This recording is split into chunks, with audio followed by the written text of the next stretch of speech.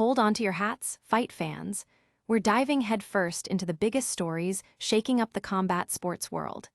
Is the trilogy between Conor McGregor and Nate Diaz truly dead in the water?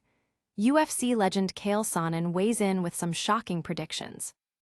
Plus, we break down Israel Adesanya's latest UFC Seattle loss and what Daniel Cormier thinks went wrong.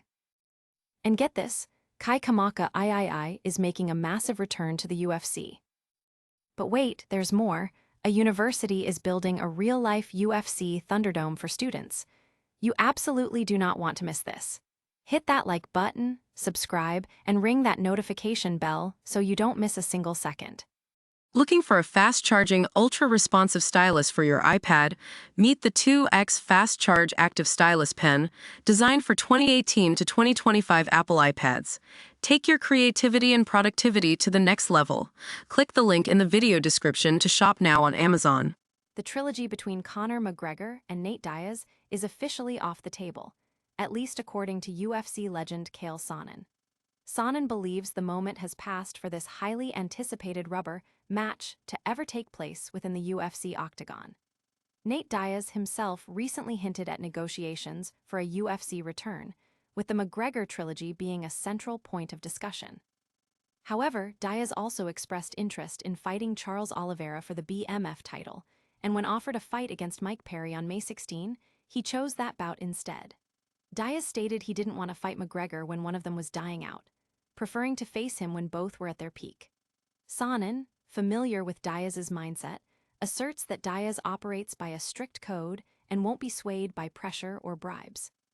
He insists Diaz is serious about wanting to fight Oliveira for the BMF belt, which he feels escaped him, and that McGregor needs to get a win and recover from his leg injury before a potential trilogy.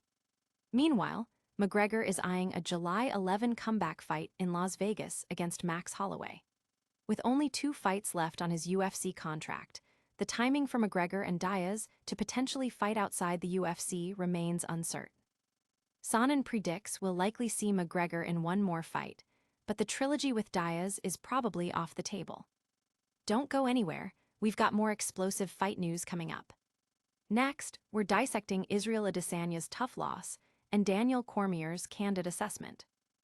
Daniel Cormier is questioning Israel Adesanya's decision-making following his recent UFC Seattle defeat.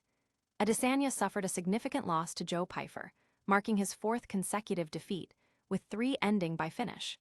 Despite the mounting losses, Adesanya remains defiant about his desire to continue competing at the highest level. Cormier, reviewing the fight, specifically questioned Adesanya's choice in the 2nd round to stand and trade with Pyfer. He noted that Adesanya was fighting well in the early rounds and that choosing to engage in a slugfest at that moment played directly into Pyfer's strengths and provided him with the opportunity to secure the victory. Cormier suggested that Adesanya will likely have regrets when rewatching the fight and questioning why he opted for that particular strategy. The question now looms, what's next for the last stylebender? Stick around, the fight world keeps delivering surprises. We're heading from the octagon to the campus for an unbelievable new development. Get ready, because Kai Kamaka III is making a comeback to the UFC. After a 5-year hiatus, Kamaka III has been added to this weekend's Fight Night lineup in Las Vegas, set to face Dakota Hope in a short-notice lightweight bout. This marks Kamaka's 2nd stint with the promotion.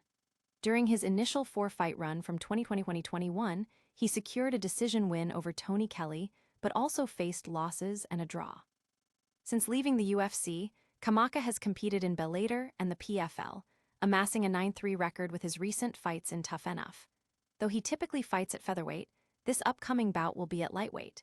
His opponent, Dakota Hope, is making his UFC debut on a 5-fight winning streak, known for his striking and most recently winning by knockout in February.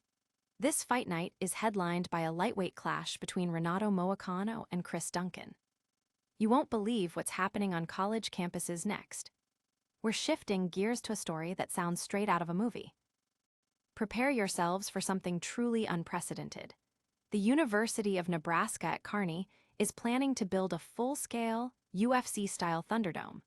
This innovative facility will replace the soon-to-be-demolished Memorial Student Affairs building and is designed for organized combat between students and faculty. University officials explain the project is part of an initiative to boost student engagement and provide unique stress relief outlets, stemming from student feedback about academic pressure and conflicts. The proposed Thunderdome will feature an octagon arena, spectator seating, and advanced AV systems, with plans for themed competitions like Finals Week face-offs. Participation will be voluntary, with potential incentives like extra credit being discussed. Safety is paramount, with supervised matches and mandatory protective gear. Students are already expressing excitement, seeing it as a novel way to resolve conflicts and a major campus event. While this sounds incredible, it's important to note this story is part of the university's April Fool's Day issue and is not real. That's all the incredible news for today. But don't go anywhere, we've got a lightning round recap coming right up. And that's a wrap on today's action-packed news. We heard from Chael Sonnen that the Conor McGregor vs. Nate Diaz trilogy is likely off the table. Daniel Cormier is questioning Israel Adesanya's recent fight decisions after his loss. Kai Kamaka III is making a surprising return to the UFC octagon. And in a story that sounds too wild to be true, a university planned a real-life UFC Thunderdome for students. Thanks for tuning in, fight fans. If you loved this breakdown, make sure to smash that like button, subscribe to the channel for all your combat sports updates, and ring that notification bell so you never miss a moment. Let us know your thoughts on these stories in the comments below, and follow us on all social media platforms for more exclusive content. We'll see you in the next one.